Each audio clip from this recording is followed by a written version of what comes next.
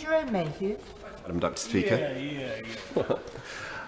I'm very grateful to the opposition front bench for calling this debate, because it does span the interests of every party, apparently not the Liberal Democrats or the SNP, but for those who think it important to take part in this debate, keeping our town centres safe is enormously important.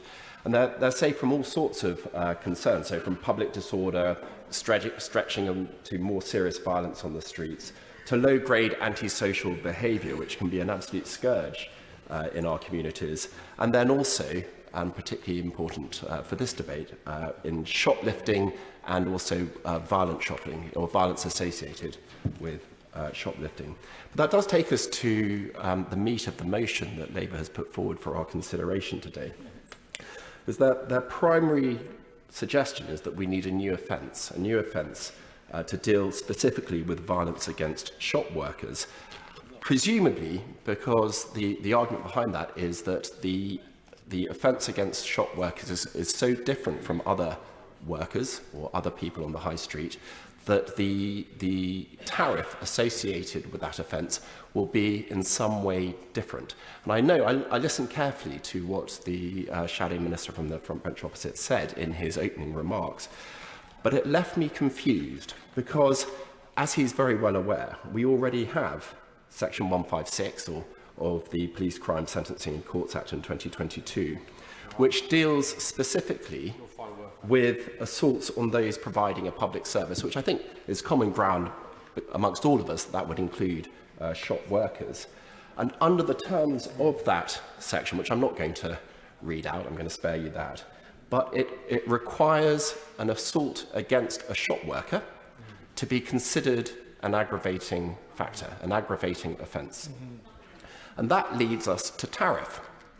So what it appears to be Labour's position, I'd be grateful for further clarification of this, perhaps in closing remarks, is that there is something so peculiar about being a shop worker and receiving violence that the aggravating factors cannot be taken into account adequately under Section 156. But I don't understand what those aggravating factors are that cannot be associated with the Section 156 consideration. Because surely, Madam Deputy Speaker, the best person to decide the correct tariff is always the judiciary. So it's the judge who has all the evidence in front of them, assisted by legislation which clarifies in the judge's mind what is an aggravating factor and what is not, as according to the views of Parliament, and then assisted by the sentencing guidelines. That is the right forum to decide what the tariff should be for this kind of offence. Because if you start going down individual offences, so you have a specific offence for shop workers, what about bus drivers? Because they're public servants, they're exposed to the public. It's clearly outrageous when bus drivers are assaulted by the public, and they are in the course of their duties. What is it about that offence which is less serious, requires a different tariff to those of shop workers? Because that is the logic of this motion from Labour. And my concern is that by going for an eye-catching initiative, which my suspicion is that's what this motion is, it's to get a headline, you are actually doing an enormous disservice to the criminal justice system that we have, where we need to empower our courts to assess the gravity of offences and let the judiciary, assisted by the sentencing guidelines, to come to the right tariff in that case. And then we look at this Act, as it now is, the 2022 Act, and I do note in passing that in third reading, Labour voted against it. So we already have, in my submission, Madam Deputy Speaker, very sensible legislation which deals with aggravating features across people serving the public, which this side of the House voted for and Labour voted against. So it does beg the question, why was it so bad then and so good now? Now, the second part of Labour's plan was the rollout of something called a town centre policing plan. Well, perhaps the honourable members opposite failed to notice that on the 23rd of October this year, the government launched its own retail crime action plan. There are striking similarities because there it changes the priorities of the police.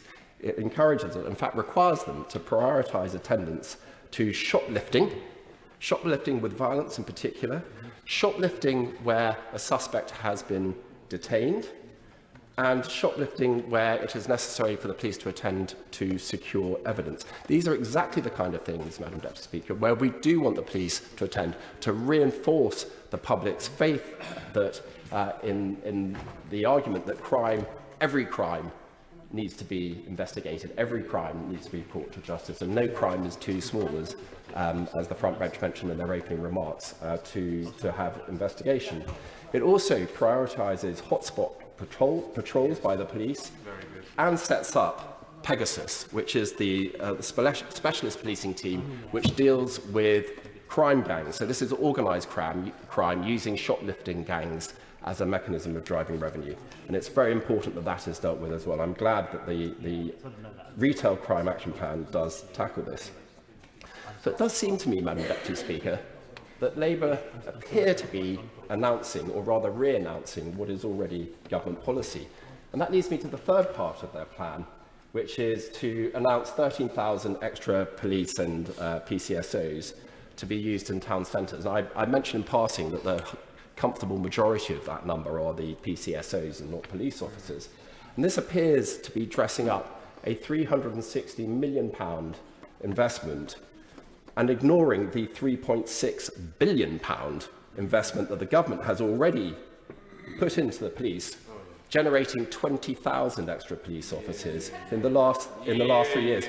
And just in from the honourable lady from a sedentary position, so we cut them.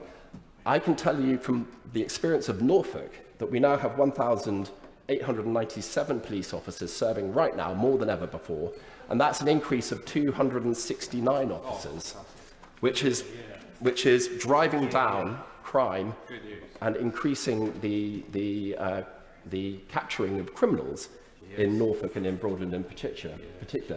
So I just wonder, Madam Deputy Speaker, whether we should have confidence in Labour's plans, where they're either re-announcing government plans or they seem to be going for an eye-catching initiative rather than looking for serious changes to legislation. And if we look at their action in practice, where you have Labour police and crime commissioners, recorded crime is 34% higher than in Conservative areas.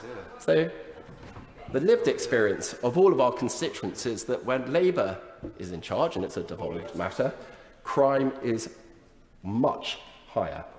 And yet the Conservative record is that from 2010, non-fraud crime has fallen. It has fallen by 50% in reported crimes. But if you look at the gold standard, which is, of course, the crime survey of England and Wales, in March 2023, when compared to immediately prior to COVID, the experience of crime by our constituents has dropped by 15% since before COVID, and by a whopping 54% since 2010. So that's even higher than the reported crime reduction.